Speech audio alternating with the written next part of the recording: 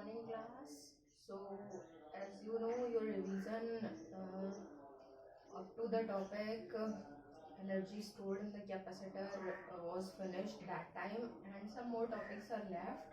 So today one more video is there for your revision. तो जितने भी आपके इम्पोर्टेंट टर्म्स हैं और जितने भी आपके टॉपिक्स जो बोर्ड एग्जाम में आते हैं उस पर्पज से रह गए हैं, तो वो रिवीजन आज फिनिश हो जाएगा. Then from the next turn you will get the video of the next chapter, that is current electricity. Okay, तो कुछ बेसिक कॉन्सेप्ट जो है वो आज मैं रिवाइज करा रही हूँ आपको, और उन बेसिक कॉन्सेप्ट्स में सबसे पहले जो है वो you will study about, you will revise about dielectrics और उनका पोलराइजेशन, उनके कुछ बेसिक कॉन्सेप्ट्स. उसके अलावा जो है वो आपने पैरेलल प्लेट कैपेसिटर की कैपेसिटेंस स्टडी की थी इन केस ऑफ एयर. तो इन case of dielectric and in case of metal slab जो डेरिवेशंस है वो, और प्लस आपका एक टॉपिक जो है वो effect on various parameters of the feeling of dielectric between the plates. और इसके साथ में एक और केस जो है कि battery is disconnected or remains connected. Okay, so first of all I'm starting from dielectrics. तो एज यू नो डाइलेक्ट्रिक्स क्या होते हैं ये आपको पता है, और जब आपको ये स्टडी कराया गया था तो उस टाइम मैंने बताया था कि डाइलेक्ट्रिक्स जो है वो होते हैं जिनमें ऐसी प्रॉपर्टी होती है कि वो दोनों का नेचर पजेस करते हैं, मेटल्स यानी कि कंडक्टर्स और नॉन मेटल्स. तो इनका जो नेम है डाइलेक्ट्रिक्स, इसका मतलब कि ये जो है वो डबल नेचर पजेस करते हैं इलेक्ट्रिसिटी या इलेक्ट्रिक फील्ड के अंदर. तो नॉर्मली ये जो है इंसुलेटर की तरह बिहेव करते हैं, लेकिन जब इनको बैटरी से कनेक्ट किया जाता है तो ये कंडक्टर की तरह बिहेव तो नहीं करते हैं, मीन्स इनसे जो है वो इलेक्ट्रिक चार्ज तो फ्लो नहीं हो पाएगा. लेकिन एक जो है फिनोमेना आकर होता है कि इनके जो जितने भी इनके चार्जेस हैं, जो ऑब्वियसली बाउंड चार्जेस हैं, फ्री चार्जेस नहीं है, तो वो इनके बाउंड चार्जेस जो है वो इलेक्ट्रिक फील्ड के फोर्स के अंदर इस तरह से उनका जो शेप है, जो स्ट्रक्चर है, वो इस तरह से चेंज हो जाता है कि आपको पता है कि बाउंड चार्जेस जो है वो हम किस केस में कहते हैं. तो बाउंड चार्जेस का मतलब कि इलेक्ट्रॉन जो है अगर न्यूक्लियस के अराउंड रेवोल्यूशन कर रहा है, ये एक ऑर्बिट में इलेक्ट्रॉन रेवोल्यूशन कर रहा है, तो in this case electron is called bound charge. अगर इस इलेक्ट्रॉन को किसी तरह से इतनी एनर्जी मिल जाती है कि इस रेवोल्यूशन को छोड़कर और जो क्रिस्टल है उसमें फ्री होके मूव कर सकता है, तो in that case it is called free charge. जो फ्री चार्ज है वही कंडक्शन करा सकता है करंट का, लेकिन अभी इस केस में बाउंड चार्ज है. तो इसका जो स्ट्रक्चर है वो इस तरीके का है कि प्लस और माइनस एक दूसरे से बाउंड है, और स्ट्रक्चर या तो सिमेट्रिकल हो सकता है या अनसिमेट्रिकल. अनसिमेट्रिकल का मतलब कि पॉजिटिव और नेगेटिव चार्जेस जो है उनके सेंटर ऑफ मास अगर एक दूसरे के सामने आ रहे हैं तो इट मीन्स सिमेट्रिकल शेप होगा, और अगर एक दूसरे के सामने नहीं आ रहे हैं या फिर साइज में भी डिफरेंस है तो वो अनसिमेट्रिकल शेप कहलाता है. तो इनमें कुछ ऐसा होता है कि पॉजिटिव और नेगेटिव जो अभी एक दूसरे के सामने है उसी की वजह से क्या हो रहा है कि नेट डायपोल मोमेंट क्रिएट नहीं हो रहा है. लेकिन जब इनको इलेक्ट्रिक फील्ड के अंदर रखा जाता है, एक्सटर्नल इलेक्ट्रिक फील्ड के अंदर, तो शेप इनका थोड़ा सा डिफॉर्म हो जाता है. वो डिफॉर्म होकर इस तरह का शेप हो जाता है कि जैसी भी एक्सटर्नल इलेक्ट्रिक फील्ड है, मान लीजिए एक्सटर्नल इलेक्ट्रिक फील्ड की डायरेक्शन ये है प्लस टू माइनस, तो ये जो होते हैं डाई इलेक्ट्रिक, इनका जो शेप डिफॉर्म होता है तो उसमें प्लस और माइनस जो है वो थोड़े से एक दूसरे से अलग होके एक पोल बना लेते हैं, दो पोल्स बना लेते हैं. एक पोल मतलब ये पॉइंट कर रहा है जो है वो इलेक्ट्रिक फील्ड के अपोजिट पोल की तरफ. जैसे इलेक्ट्रिक फील्ड यहाँ माइनस है तो इस साइड में प्लस आ जाएगा, और जहां पर इलेक्ट्रिक फील्ड का प्लस है उस साइड में माइनस आ जाएगा. तो यानी कि अब इनके पास एक पर्टिकुलर डायरेक्शन है, और वो कौन सी डायरेक्शन है, क्योंकि हम इलेक्ट्रिक फील्ड की डायरेक्शन ही कंसीडर करते हैं, तो इनकी वाली जो डायरेक्शन होगी that is opposite to the external electric field. External electric field की डायरेक्शन ये थी, और अब जो डाइलेक्ट्रिक ने अपने आप को डिफॉर्म किया है, जो उसने अपने चार्जेस को एक दूसरे से सेपरेट कर दिया है, उसकी वजह से उनकी जो इलेक्ट्रिक फील्ड की डायरेक्शन है दैट इज दिस वन. लेकिन ये इलेक्ट्रिक फील्ड बहुत ही वीक होती है, क्योंकि जब चार्जेस सेपरेट हो जाते हैं तभी एक दूसरे पर फोर्स लगाते हैं, या तो चार्जेस बाउंड है, बस उन्होंने पोल्स फॉर्म कर लिए हैं. तो ये इलेक्ट्रिक फील्ड बहुत वीक है किसके कंपैरिजन में, जो एक्सटर्नल वाली इलेक्ट्रिक फील्ड थी. तो इसकी वजह से क्या होता है कि ये इलेक्ट्रिक फील्ड और ये इलेक्ट्रिक फील्ड अगर एक दूसरे के इक्वल होती है तो ये कैंसिल आउट हो जाती है और नेट इलेक्ट्रिक फील्ड, जैसा कि आपने पढ़ा है मेटल्स के केस में कि inside the metal inside the conductor net electric field is zero. यहाँ ऐसा नहीं हो पाता है, यहाँ पर ये फील्ड वीक है, ये फील्ड स्ट्रॉन्ग है। तो अब जब हम नेट इलेक्ट्रिक फील्ड फाइंड करेंगे तो नेट इलेक्ट्रिक फील्ड जो है that will be like this. अगर हम इसको ई नॉट से रिप्रेजेंट करते हैं और जो पोलराइजेशन की वजह से इलेक्ट्रिक फील्ड बनी है उसको ई पी से रिप्रेजेंट करते हैं, तो जो नेट इलेक्ट्रिक फील्ड होगी E vector that will be E naught की वैल्यू है ज्यादा और ई पी की वैल्यू जो है वो कम है। तो नेट इलेक्ट्रिक फील्ड कितनी हो जाएगी, ई नॉट माइनस ई पी। तो यानी कि जो एक्सटर्नल इलेक्ट्रिक फील्ड थी उसकी वैल्यू को रिड्यूस करने का काम किया डाइलेक्ट्रिक ने, जबकि मेटल जो है उसकी वैल्यू को उतना ही रखता है क्योंकि नेट फील्ड तो अंदर जीरो हो जाती है मेटल।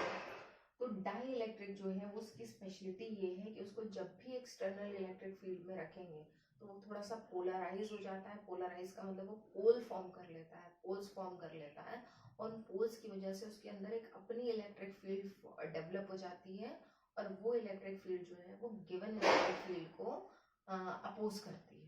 ओके, तो डाई इलेक्ट्रिक्स क्या होते हैं, जो डबल नेचर पोजेस करते हैं, इलेक्ट्रिसिटी के साथ अलग बिहेवियर करते हैं, नॉर्मली रखेंगे तो अलग बिहेवियर करते हैं।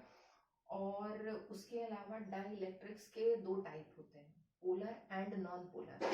तो जैसा कि अभी मैंने शेप की बात की थी कि पोलर डाई इलेक्ट्रिक्स वो होते हैं जिनमें कि पॉजिटिव और नेगेटिव चार्जेस का एक तो सेंटर ऑफ मास जो है वो सेंटर ऑफ मास जो है वो सिमेट्री में नहीं आता, एक दूसरे के सामने नहीं आता है।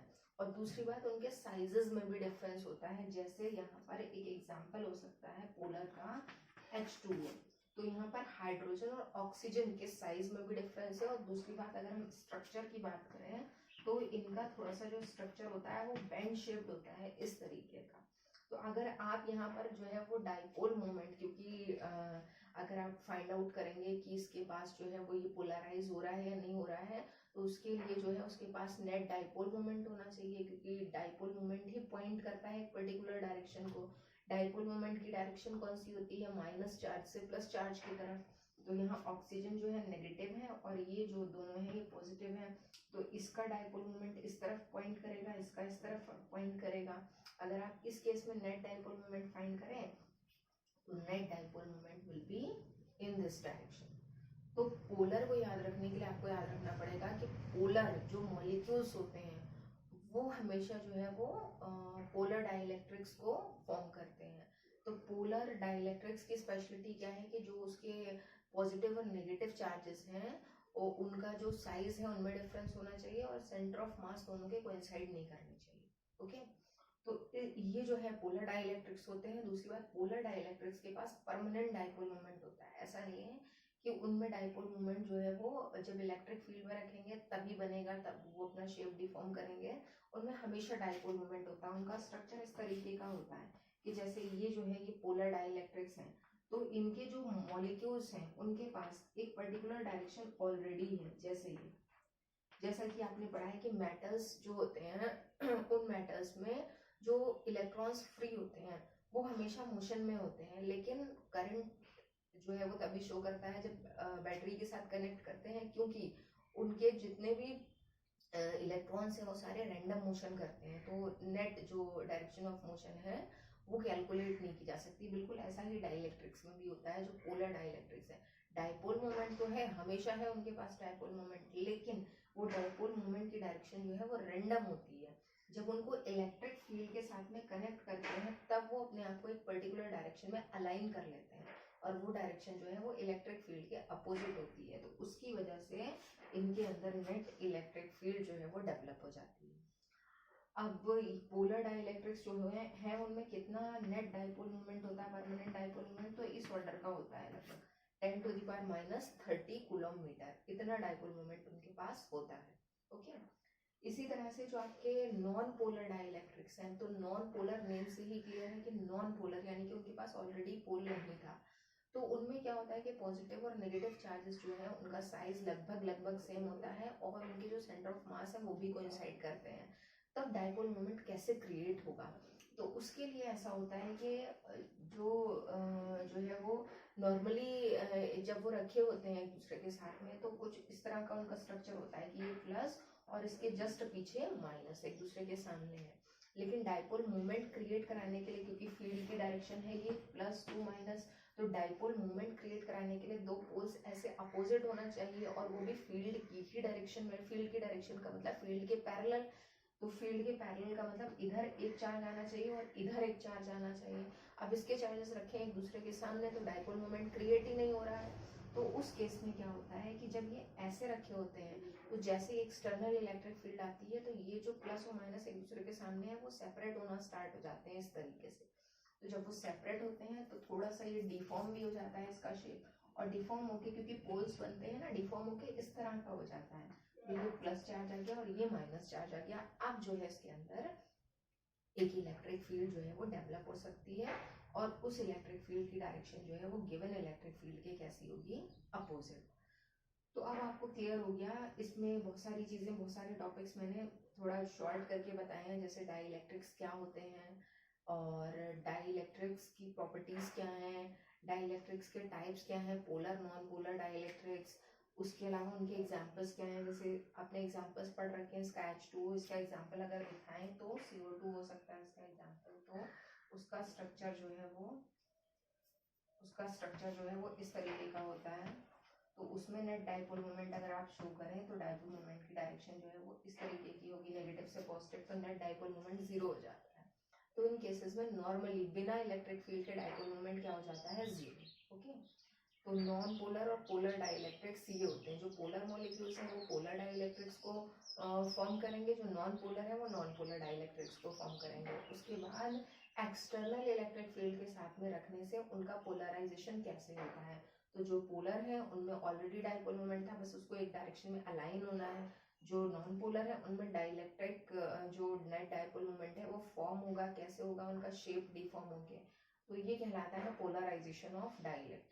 ओके, अब उसके बाद कुछ आपने जो है वो रिलेशंस भी पढ़े थे, और वो रिलेशंस क्या थे। जैसे एक रिलेशन आपने पढ़ा है कि जो एक्सटर्नल इलेक्ट्रिक, एक जो मैंने आपको बताया ये वाला रिलेशन, जो एक्सटर्नल इलेक्ट्रिक फील्ड है उसकी वैल्यू जो है वो रिड्यूस हो जाती है थोड़ी सी। तो अगर हम नेट इलेक्ट्रिक फील्ड फाइंड करते हैं तो that will be external minus that field which is due to the polarization of dielectric EP। तो एक रिलेशन तो आपको ये यूज करना हो सकता है। एक और रिलेशन होता है यहाँ पर, वो रिलेशन ये होता है कि कप्पा जो होता है, कप्पा मीन्स डाइइलेक्ट्रिक कांस्टेंट, वो किसके इक्वल होता है। तो कप्पा का रिलेशन होता है E vector upon E not vector upon E vector.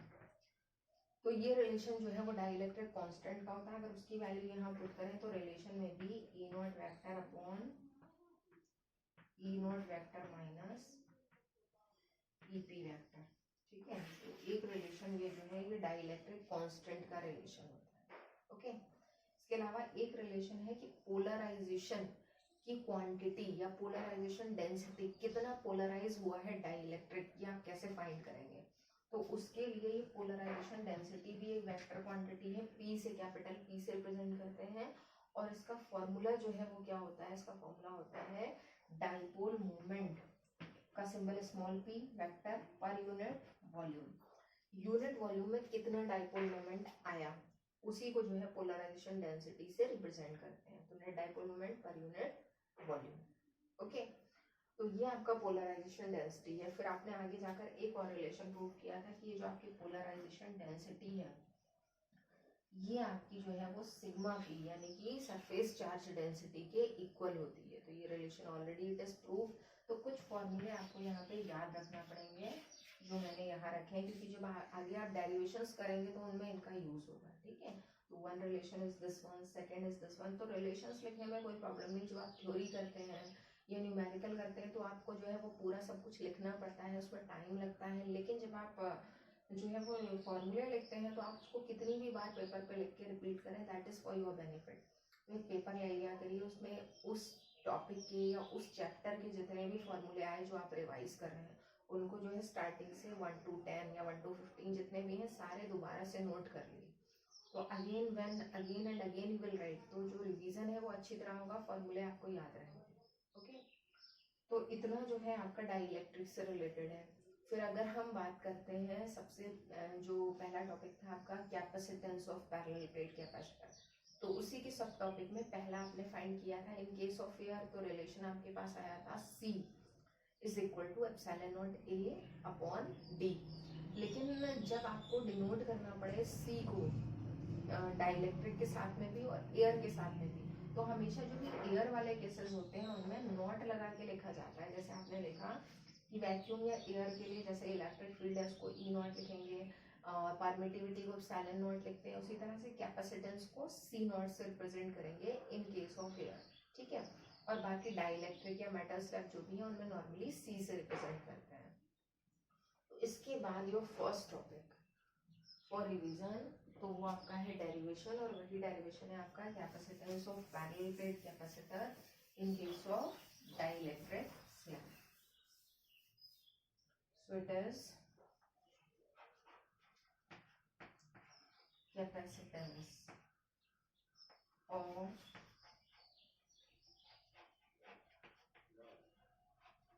parallel plate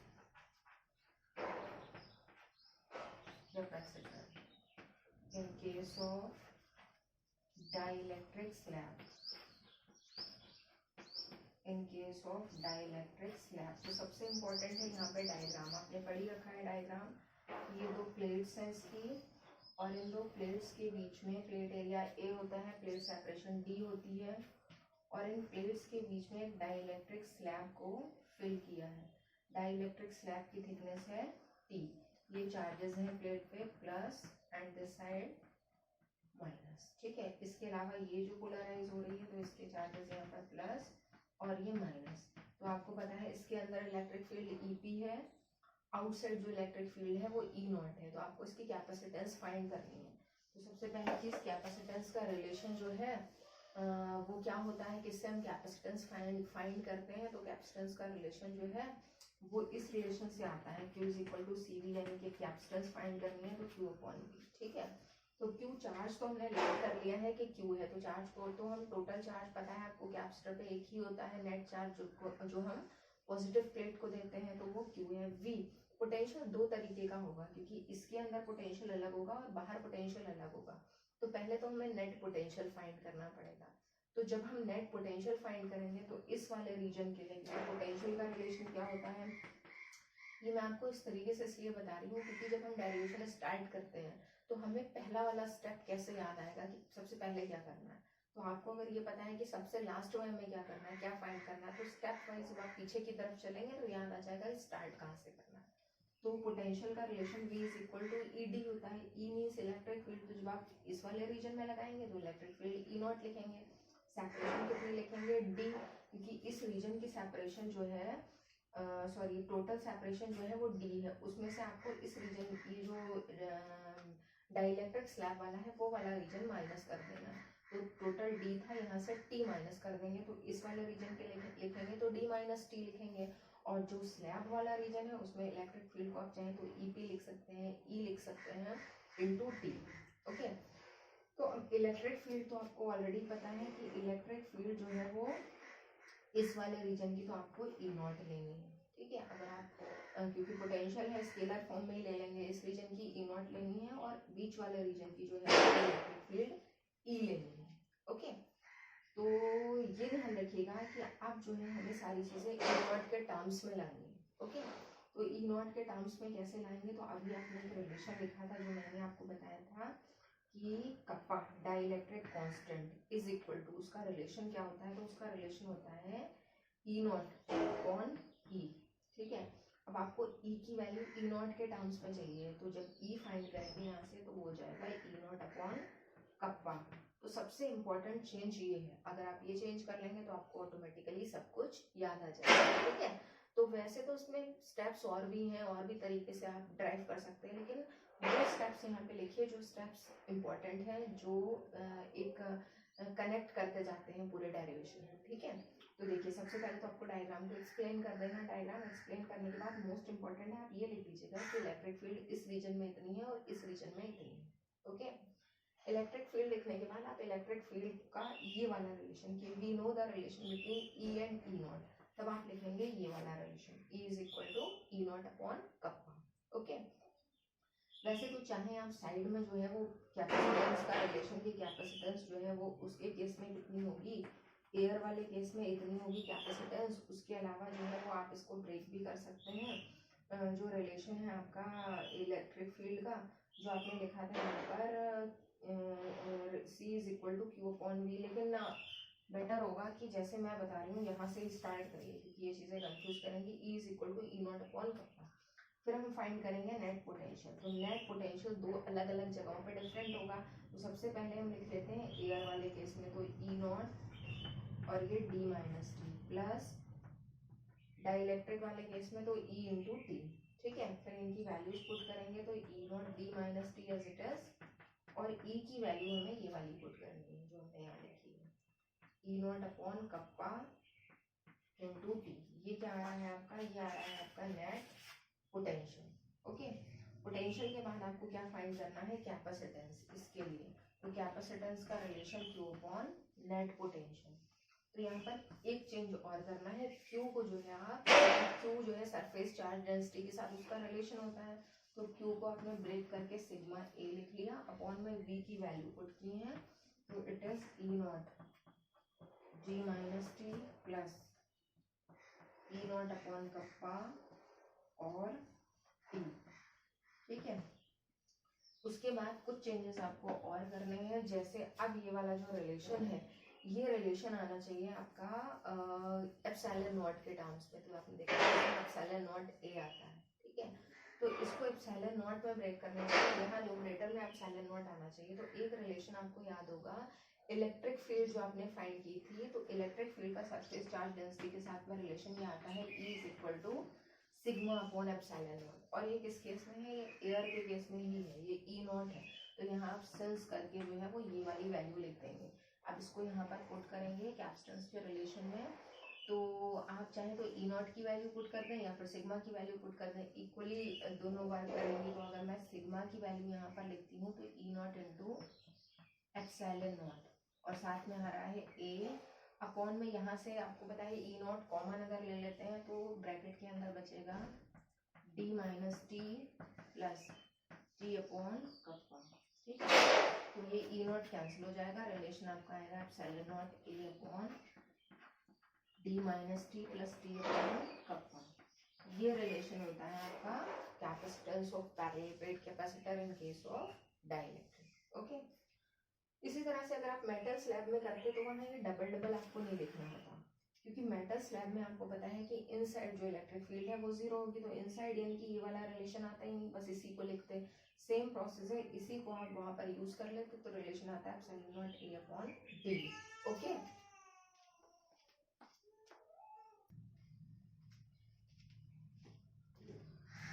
तो अब जो टॉपिक हमें स्टडी करना है that is effect of dielectric on various parameters. तो सबसे पहला केस इसमें आता है कि जो कैपेसिटर है उसको बैटरी से डिस्कनेक्ट कर दिया, डिस्कनेक्टेड है बैटरी से, और प्लेट्स के बीच में डाइलेक्ट्रिक को फिल कर दिया। तो बहुत सारे जो पैरामीटर्स हैं उन पर क्या इफेक्ट पड़ेगा। तो जब बैटरी से डिस्कनेक्ट कर देते हैं और डाइलेक्ट्रिक को फिल कर देते हैं, तो सबसे पहले आपको वो लिखना है जो कांस्टेंट रहता है। तो सबसे पहला पैरामीटर यहाँ पर आता है चार्ज। तो आपको पता है कि चार्ज जो है वो बैटरी सप्लाई करने का काम करती है। जब बैटरी को डिस्कनेक्ट कर दिया है तो चार्ज पर क्या इफेक्ट पड़ेगा, तो चार्ज रिमेन्स कांस्टेंट। ओके, दूसरा पैरामीटर आता है आपका इलेक्ट्रिक फील्ड। तो इलेक्ट्रिक फील्ड जो है वो चार्ज कांस्टेंट होने की वजह से इलेक्ट्रिक फील्ड जो है वो रिड्यूस हो जाती है, क्योंकि अगर चार्ज जितना आता जाता है उतनी इलेक्ट्रिक फील्ड की वैल्यू इंक्रीज होती, तो इलेक्ट्रिक फील्ड जो है वो रिड्यूस हो जाती है। और कितनी हो जाती है, अपनी ओरिजिनल वैल्यू की कप्पा टाइम्स रिड्यूस होती है, E naught upon kappa. Okay, इसी तरह से थर्ड नंबर पर आता है पोटेंशियल। तो जब इलेक्ट्रिक फील्ड रिड्यूस हो रही है तो पोटेंशियल का रिलेशन होता है इलेक्ट्रिक फील्ड के साथ में। तो इलेक्ट्रिक फील्ड D कांस्टेंट है, यहाँ पर इलेक्ट्रिक फील्ड जो है वो इतनी हो जा रही है E नॉट अपॉन कप्पा, तो पोटेंशियल भी जो है वो that is V not upon kappa, kappa times reduce होगा। फोर्थ नंबर पे जब आएंगे तो आपको मिलेगा कैपेसिटेंस। कैपेसिटेंस पर क्या इफेक्ट पड़ेगा, तो कैपेसिटेंस जो है उसका रिलेशन होता है C is equal to Q upon V। Okay, तो यहाँ पर चार्ज तो कांस्टेंट है, लेकिन V जो है वो रिड्यूस हो चुका है। कितना रिड्यूस हो चुका है? V0 upon kappa. तो ये कप्पा न्यूमरेटर में आ जाएगा। तो कैपेसिटेंस जो है वो ओरिजिनल कैपेसिटेंस की कप्पा टाइम्स इंक्रीज हो जाती है। और लास्ट पैरामीटर है आपका एनर्जी। तो एनर्जी का रिलेशन अगर आप लिखें तो हाफ CV²। तो इसमें हाफ C की वैल्यू इंक्रीज हो रही है, V की वैल्यू रिड्यूस हो रही है, V0 अपॉन कप्पा स्क्वायर। तो जब आप इसको सॉल्व करेंगे तो जो एनर्जी है वो भी कप्पा टाइम्स रिड्यूस हो जाती है। तो ये जो है कौन सा केस है? जब बैटरी डिस्कनेक्टेड है। अब जब बैटरी कनेक्टेड है तो बैटरी के कनेक्ट होने की कंडीशन में सबसे पहली चीज इलेक्ट्रिक फील्ड और दूसरी चीज आपका पोटेंशियल डिफरेंस, ये दोनों कांस्टेंट रहते हैं। क्योंकि पोटेंशियल डिफरेंस तो आपने स्टडी कर ही रखा है कि कांस्टेंट होता है जब बैटरी कनेक्टेड है, सेम सप्लाई रहती है, तो उसी से रिलेटेड इलेक्ट्रिक फील्ड है वो भी कांस्टेंट होगी। उसके बाद तीसरे नंबर पे हम स्टडी करें, उसके बाद आता है हमारा कैपेसिटेंस। तो कैपेसिटेंस का रिलेशन फिर से वही आ जाता है, Q is equal to CV। ठीक है, sorry, C is equal to Q upon V। तो यहाँ पर क्या होगा कि V जो पोटेंशियल है वो तो कांस्टेंट है, और चार्ज जो Q है दैट विल इंक्रीज। चार्ज अभी इसमें लिखा नहीं मैंने, याद रखिएगा। चार्ज जो है जब बैटरी कनेक्टेड है तो चार्ज विल इंक्रीज। कितना हो जाएगा? कप्पा टाइम्स इंक्रीज हो जाएगा अपनी ओरिजिनल वैल्यू पर। तो चार्ज जब कप्पा टाइम्स इंक्रीज हो रहा है तो फिर कैपेसिटेंस भी जो है वो कप्पा टाइम्स इंक्रीज हो जाएगी। तो आपका थर्ड जो है वो ये हो गया, फोर्थ ये है। और फिफ्थ नंबर पे आता है आपका फिर से पोटेंशियल एनर्जी हाफ CV²। तो यहाँ पर V कांस्टेंट है, लेकिन ये जो है वो इतनी हो जा रही है कप्पा टाइम्स। तो ये आपकी जो एनर्जी है पोटेंशियल एनर्जी वो भी कप्पा टाइम्स इंक्रीज होगी। तो ये इतने आपके पैरामीटर्स हैं। ठीक है, उसके बाद एक लास्ट टॉपिक था आपका कोरोना डिस्चार्ज। तो कोरोना डिस्चार्ज का मतलब आपको पता है कि जो शार्प एंड्स होते हैं उनकी रेडियस कम होती है, तो इसलिए उन पर हाई इलेक्ट्रिक फील्ड होती है और वो उनके आसपास के एयर के मॉलिक्यूल्स को आयोनाइज कर देती है। तो जो अपोजिट चार्ज होता है वो यहाँ वाले चार्ज को न्यूट्रलाइज कर देता है। तो किसी भी जो है वो शार्प एंड का एयर के थ्रू न्यूट्रलाइज होना जो है वो कोरोना डिस्चार्ज कहलाता है। ये आपके चैप्टर का रिवीजन पूरी तरह से फिनिश हो गया है। Now from next term we have to start the next chapter, current electricity. Okay, thank you.